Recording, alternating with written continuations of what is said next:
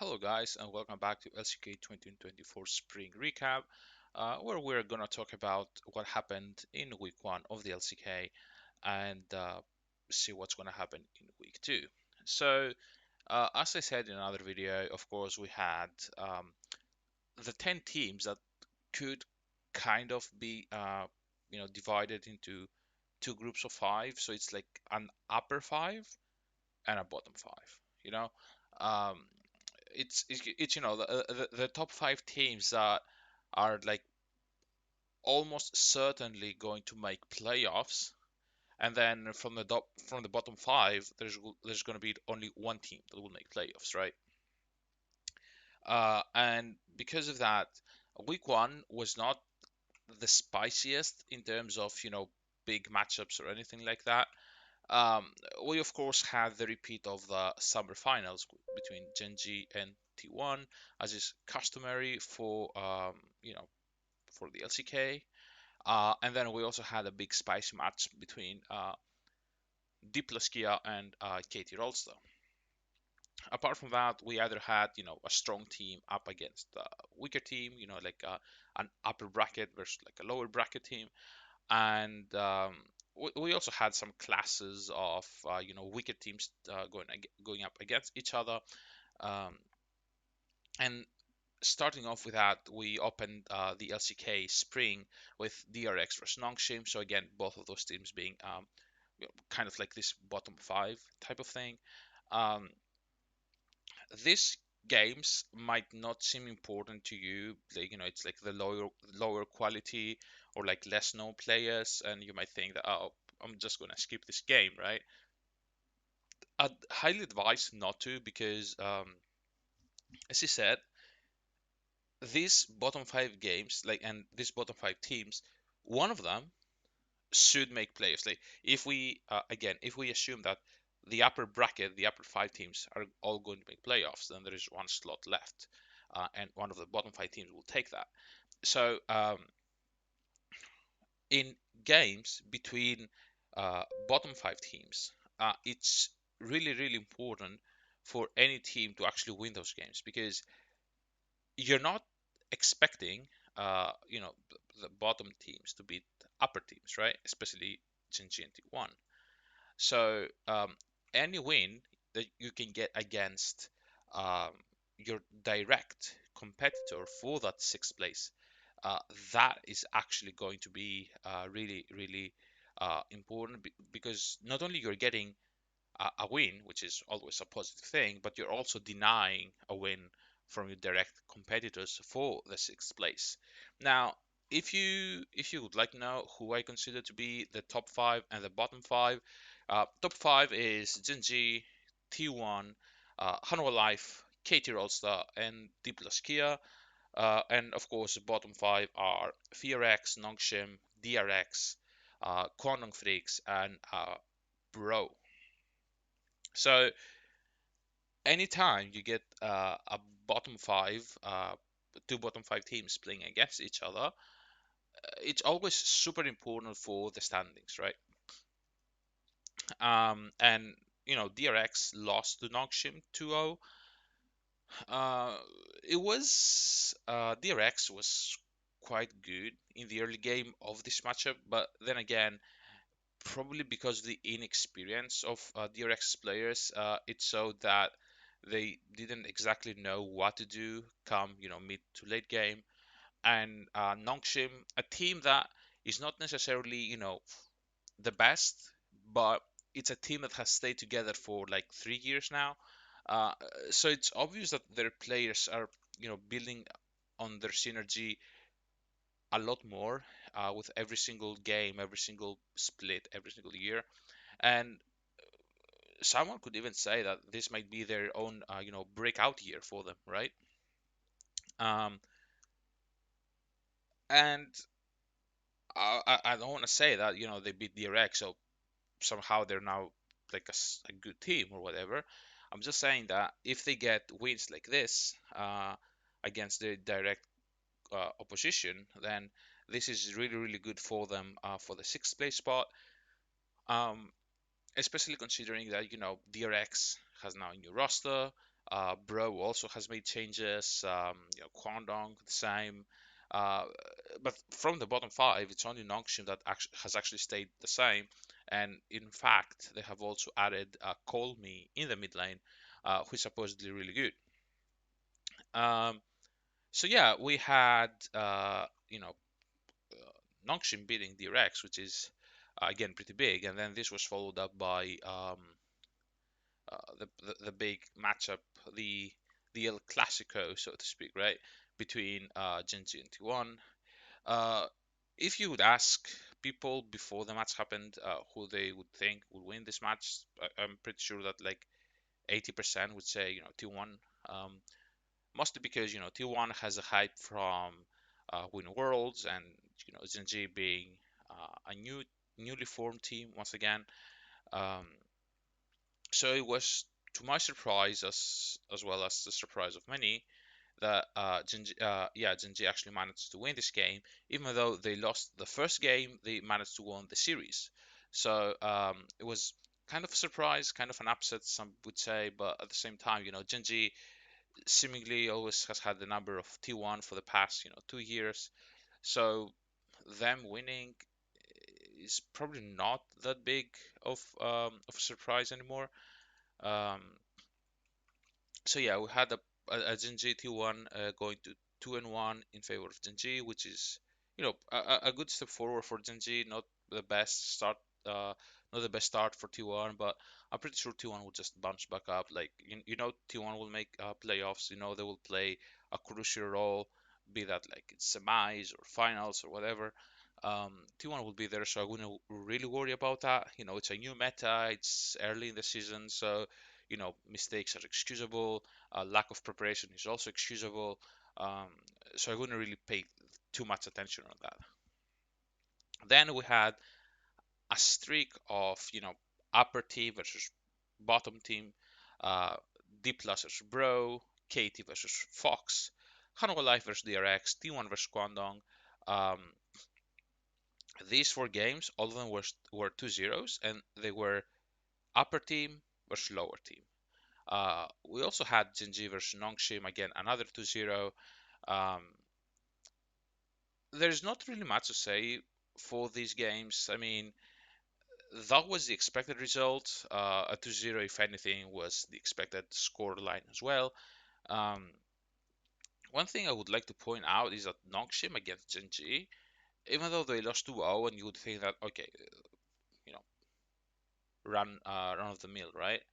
Uh, actually called me the mid laner of Noxim actually did pretty well. Like in fact, he kind of beat Chovy in lane. Um, not not exactly that because counter matchups exist and stuff, but he showed a level of proficiency and a lot of talent against a player that most pretty much like any mid laner in the world just struggles to play against.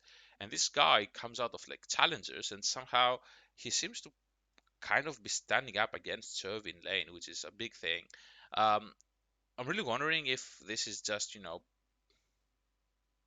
beginner's luck or whatever, or if like Chovy and Genji might have underestimated them. But if not, I'm really hoping to see if Colmy can actually keep this performance up, because if he can, then we could even be talking about the next big mid laner for the LCK. And I'm really excited about this. So not much to see here, but it was a pretty great takeaway, if anything. And then we also had another Bro versus Fox matchup. So another, bottom five teams playing against each other. So again, really, really important. Fox managed to beat Bro. Um, and then on Sunday we had Hanwha Life versus Kondong Freaks, and again another 2-0 for Hanwha Life, as expected. Again, if Hanwha Life doesn't get the win, or doesn't get the 2-0 either, uh, you would probably think that okay, this is kind of worrying. Like if Hanwha Life wants to be having a real shot at the title, I think they need to definitely be winning these games, and if possible, be like 2-0.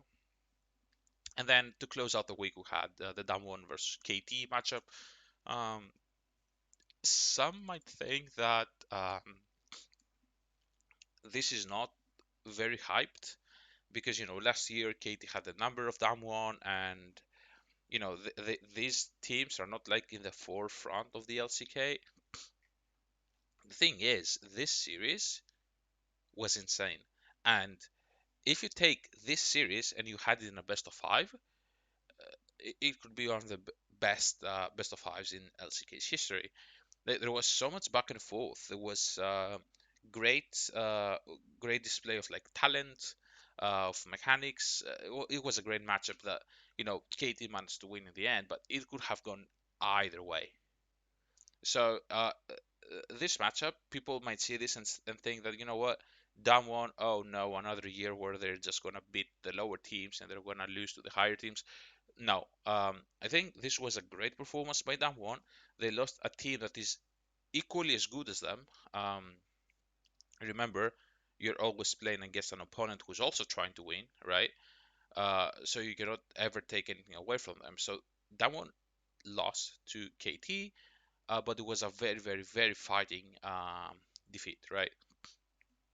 And it was a 2-1. So uh, I can see that there's a lot of talent in both of those teams and a lot of potential, and I'm really excited to see where Damwon and Katie go from there because um, as big of a Genji fan I am, I'm really looking forward to like seeing other teams challenge Genji and T1 in some way.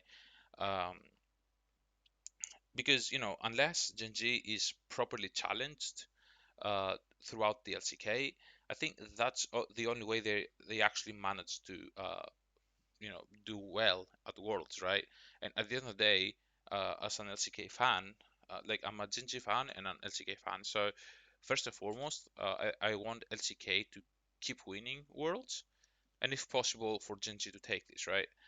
Um, so if Genji wants to win Worlds, I think they need to be challenged more throughout the LCK.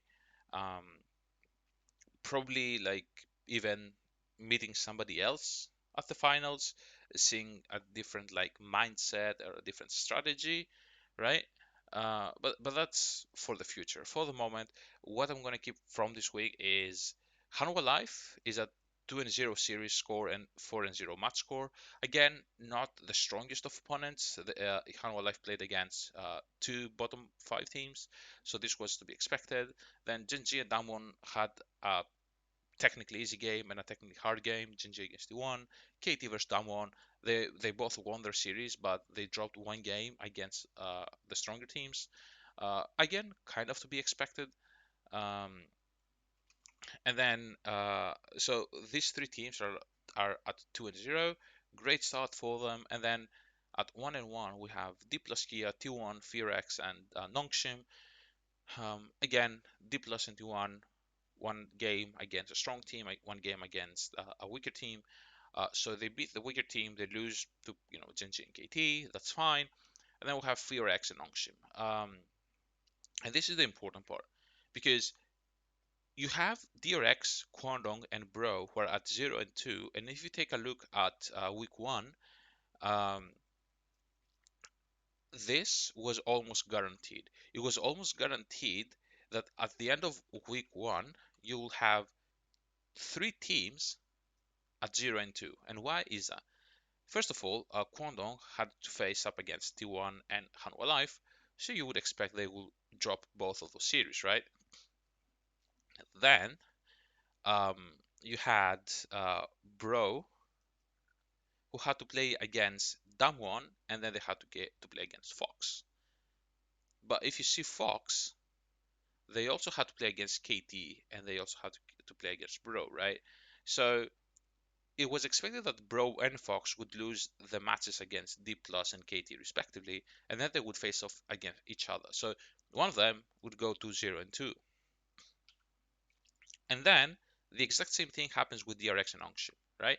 DRX plays Nongshim and Hanwha Life, Nongshim plays DRX and Genji. So you would expect both of them to lose the match against Hanwha Life and Genji, right? So both go to 0-1, and then when they face up against each other, they go to 0-2, right? So the fact that these teams here are all at 0-2, and you think like, oh, it's gonna be just another year where DRX bottles the league, or I mean bottoms the league, I should say. Um, I wouldn't really give it that much thought yet because three teams were to be expected to be 0-2. So I wouldn't really give it that much of a thought. At the moment, it's still week one, it's still a new meta, still teams are, trying to find their synergy and all that.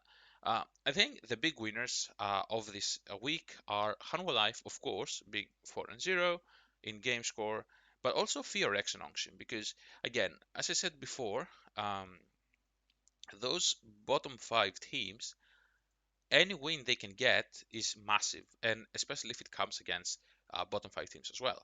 So FearX and Nongshim having a win under their belt is big. So um, I think those two teams are the big winners from this patch, from this week, I should say, and maybe KT and Gen G as well, because they managed to beat a strong opponent. So now they are still at 2-0 despite having faced a strong opponent. So I would say those are the big winners. So with that, we can move on to week two now and see what's coming in store in week two. So the opening match of week two will be FearX versus Hanwha Life. Another technically easy game for Hanwha Life. Another one you should expect them to take as a 2-0. And anything other than that, I wouldn't say it's necessarily a disappointment or a failure, but again, if Hanwha Life wants to convince people, then they have to be winning those games and with a 2-0 if possible. Then I once again, upper versus lower team, KT versus Kwangdong. Again, KT should take this, I think, with a 2-0 as well. And then we also have the next day D Plus versus Nongshim and Jinjin versus Bro. Again, two series that you would expect both of the upper teams to win. Um, so the first two days seem to be quite uneventful. Like you get some games where the stronger team is probably just gonna be the weaker team and like nothing really to see there. But then is where the spiciness starts, and we start on Friday with the Telecom War, KT versus T1. This is a big match because you'd expect T1 to win, right? They had KT's number last year when they eliminated them from summer playoffs. Um, the thing is, with the performance that T1 showed against Gen I think there is a definite possibility where KT actually beats T1. In fact, with the current roster of KT, I can see um, like Piosik, for example, at Worlds last year with Team Liquid, actually did super super well against T1. Um, so I could see Piosik pulling something similar this time around, and because of that, I'm not really ready to go T1 all the way here. I could see, KT maybe taking the whole series against them. But regardless, it's the first series of the week that it's going to be spicy and it's going to be not, almost 100% sure who's going to win it. And then we're going up with DRX against Fox. Um, so these are two bottom five teams. Again, DRX 0-2, Fox 1-1 at the moment, expected to be 1-2 uh, from their loss against Hanwha Life earlier. Um, I think this is where DRX needs to start winning because DRX will face off against Fox and they will also face off against Bro. Um, DRX needs to get at least one win in this week. If DRX doesn't, um, I think that's when, as a DRX fan, you need to start to worry about DRX's future in this split.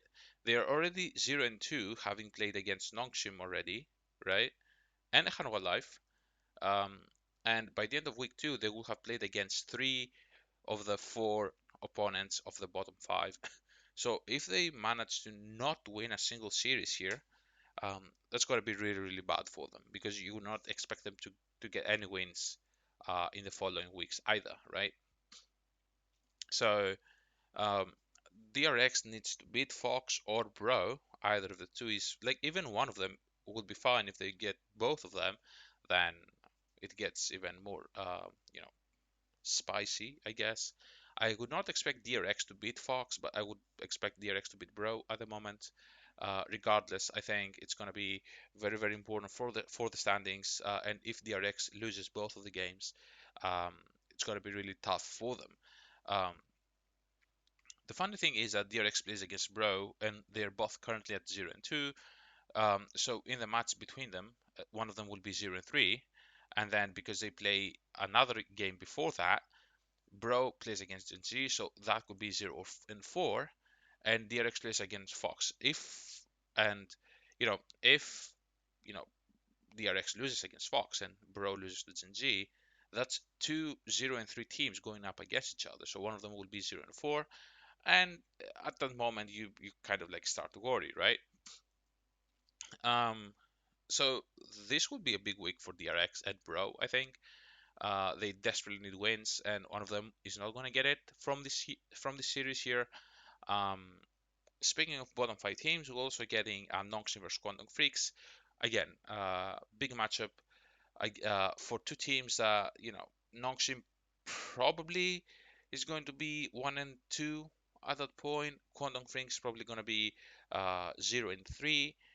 Uh, so it's really, really important for both of these teams to get a win.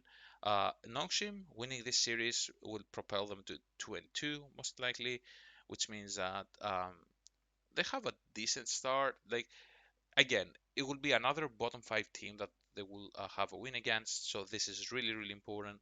Um, and of course, again, the same will go for Quantum Freaks. Um, so setting the bottom 5 matchups aside, now we have the big spiciness of this week. Again, after KT versus 2-1, we would also have the classic matchup Genji versus Damwon, Chovy versus Soulmaker, a battle for the ages. It's been going on for like 5 years now, or like 6 years if you count challenges, right? Um, you would expect that Genji takes this. I think, it's Canyon against his old team, which is a big story in itself. Canyon against Soulmaker and not Canyon and Soulmaker. A big, big selling point right there. Um, Jinji has had the number of Damwon for like some years now, and Chovy has had the number of Soulmaker. Um, I think this is more favorable to Jinji than what it is for T1 versus KT for T1. And the reason is because I think KT is a better team than Damwon slightly, but they are. And Genji is a better team than T1. So the gap between like power levels of the teams is like bigger, right? And because of like previous history, Damwon has been unable to beat Genji for like I don't know, like 7, 8 series now. Um, it is what it is, right? So I would expect Genji to take the series, and then to close off the week, we have Hanwha Life versus T1, and I think this would be not like this is the first test of Hanwha Life. After playing against 3 of the bottom 5 teams, they will now play against a formidable opponent. Um, and again, this will be the first test to see how well this roster performs. And funny for T1, like T1 has a very very hard start to the LCK. They played against Jinji, then okay they face against Kwangdong, and then they go to KT and Hanwha Life. Uh, really really hard beginning, and you could even see like T1 going 1-3, right? Um, even if T1 loses both of those games, I still would not worry as much. But being 1-3 to start off your split after especially after winning Worlds, that would be a bit um, disappointing, right? At the same time, T1 could be 3-1, and having played three very hard games, so you know we will see what happens at the end of the week, right? Um, so for predictions, I would say Hanwha Life wins against Fox, KT wins against Kwandong, Damwon beats Nongshim, Genji beats Bro. Um, I would say the safe bet is T1 beats KT. So I'm gonna go with that. Fox beats DRX. Zenji beats Damwon. Um, I would say Nongshim beats Kwandong, and then DRX vs Bro is I think the toughest one. Um, I think DRX will take this. I think DRX takes this one.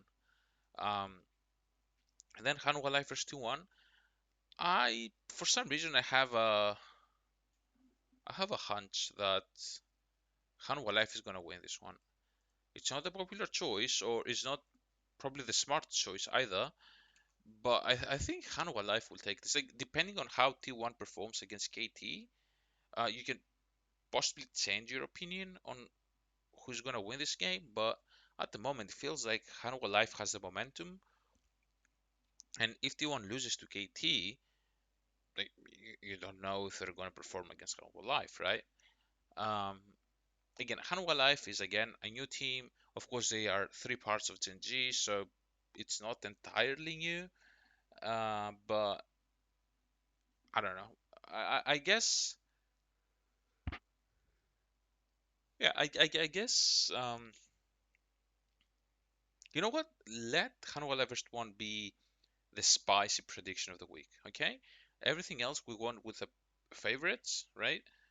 I guess apart from DRX's Bro, where there is no favorite, I guess, but um, on every other matchup, we went with the favorite to win. So in this one, this will be the spicy result of the week, and I believe Hanwha Life will take this, despite T1 probably being the favorites. So I'm looking forward to this week. A lot of things would clear up regarding power level of teams, and um, you know we will see where like teams like Hanwha Life ends up after they play T1. We will see what happens with Genji and Damwon, like if Damwon are able to take a game or even the series from Genji somehow.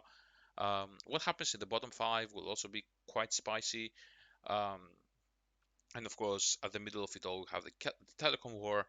Um, so yeah, I'm really excited to see what happens, and yeah, let's hope we enjoy week 2 of the LCK, and I'll be back here in 1 week to discuss what happened.